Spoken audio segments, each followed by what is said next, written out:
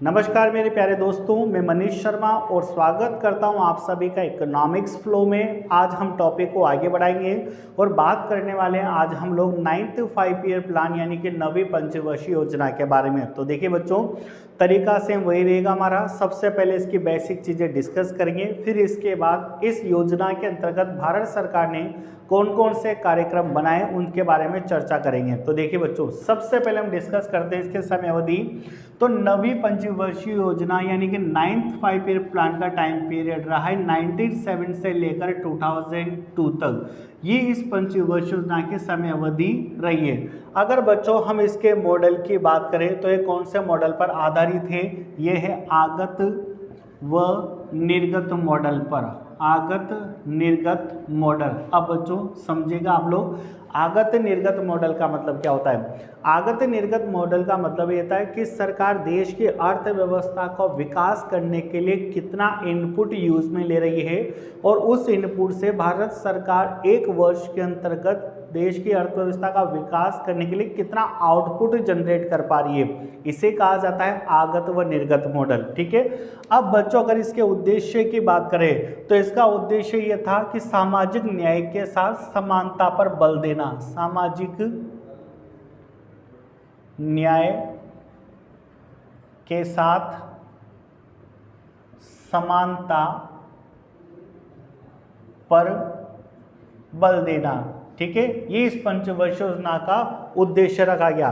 विकास दर के लक्ष्य की बात करें बच्चों तो 6.5% की वार्षिक वृद्धि का लक्ष्य रखा गया, जिसको केवल 5.4% तक ही प्राप्त किया जा सका। यानी ये एक ऐसी पंचवर्षीय योजना है जिसके अंतर्गत जितना विकास दर का लक्ष्य रखा गया उस विकास दर को पाने में यह असफल रही है, इसलिए हम इसको एक असफल योजना भी बोल सकते हैं। और इसका सबसे प्रमुख कारण है राष्ट्रीय अंतर्राष्ट्रीय मंदी के कारण भी ये योजना सबसे ज़्यादा असफल मानी जाती है। ठीक है, तो बच्चों ये हुई बेसिक बात। अब हम बात करेंगे इसके कार्यक्रम के बारे में कि कौन कौन से कार्यक्रम भारत सरकार ने इस 9वीं पंचवर्षीय योजना के अंतर्गत चलाए। सबसे पहला कार्यक्रम या सबसे पहले उद्देश्य रखा कि देश में नए 5 करोड़ रोजगार के अवसरों का सृजन किया जाएगा। सबसे पहला टारगेट रखा गया इस योजना का कि देश के अंतर्गत युवाओं को या देश के लोगों को नए 5 करोड़ के रोजगार उपलब्ध करवाए जाएंगे। तो बच्चों सबसे पहला क्या डिसाइड करा गया? 5 करोड़ के नए रोजगार का सृजन किया जाएगा। अब बच्चों आपने सुना होगा बहुत फेमस युद्ध है जिसे कारगिल का युद्ध कहा जाता है। हमारे देश में कारगिल का युद्ध भी इसी 9वीं पंचवर्षीय योजना के दौरान हुआ था और उसकी समय अवधि रही 1999। यानी कि कारगिल का युद्ध 1999 में इसी पंचवर्षीय योजना यानी कि 9वीं पंचवर्षीय योजना के अंतर्गत घटित हुआ। ठीक है। अब हम बात करते हैं भूमिगत परमाणु परीक्षण की। आपको पढ़ाया गया था कि 2 भूमिगत परमाणु परीक्षण डिस्कस करेंगे हम लोग। एक भूमिगत परमाणु परीक्षण इससे पहले हम लोग पंचवर्षीय योजना में डिस्कस कर चुके हैं, जो कि जैसलमेर पोखरण के अंदर हुआ था। आज हम बात करेंगे दूसरा भूमिगत परमाणु परीक्षण, जो भी कि राजस्थान में जैसलमेर के अंदर पोखरण में हुआ था। ठीक है, यानी कि पहला भूमिगत परमाणु परीक्षण भी जैसलमेर के अंतर्गत हुआ है और दूसरा भूमिगत परमाणु परीक्षण भी जैसलमेर में हुआ है और जैसलमेर का स्थान कौन सा होगा? पोखरण। ठीक है, तो यहाँ पर दूसरा भूमिगत परमाणु परीक्षण इसी 9वीं पंचवर्षीय योजना के दौरान हुआ है और इसका जो समय काल रहा है वो रहा है मई 1998। यानी मई 1998 में दूसरा भूमिगत परमाणु परीक्षण हुआ है। और बच्चों इसको नाम दिया गया था कि स्पेशल नाम दिया गया था, इसको शक्ति के नाम से जाना जाता था। यानी शक्ति 1998 के नाम से इस दूसरे भूमिगत परमाणु परीक्षण को जाना जाता था। स्थान कहाँ पर रहेगा इसका? जैसलमेर यानी पोखरण के अंदर। जैसलमेर पोखरण में दूसरा भूमिगत परमाणु परीक्षण करा गया। ठीक है, अगले प्रोग्राम पर बढ़ते हैं बच्चों। अगला प्रोग्राम है सर्व शिक्षा अभियान यानी कि SSA। अब बच्चों याद रखिएगा, सर्व शिक्षा अभियान का अभिप्राय ये है कि हमारे देश में शिक्षा को बढ़ावा देने के लिए, देश में कोई भी बच्चा शिक्षा से वंचित नहीं रहे, इसलिए हमारे देश में शिक्षा के महत्व को देखते हुए भारत सरकार ने एक अभियान चलाया, जिस अभियान को नाम दिया गया सर्व शिक्षा अभियान। अब हम बात करेंगे सर्व शिक्षा अभियान कब लॉन्च हुआ और इसके अंतर्गत क्या क्या प्रोग्राम डिसाइड करेंगे, कौन सी योजना इसके अंतर्गत लाई गई। हमारे देश में सर्व शिक्षा अभियान का बाद में नाम बदल करके क्या कर दिया गया, समग्र शिक्षा अभियान। समग्र शिक्षा अभियान का अभिप्राय ये है कि हर व्यक्ति शिक्षित होना चाहिए, सभी के लिए चलाया जाएगा, कोई भी व्यक्ति हमारे देश में अशिक्षित नहीं होना चाहिए।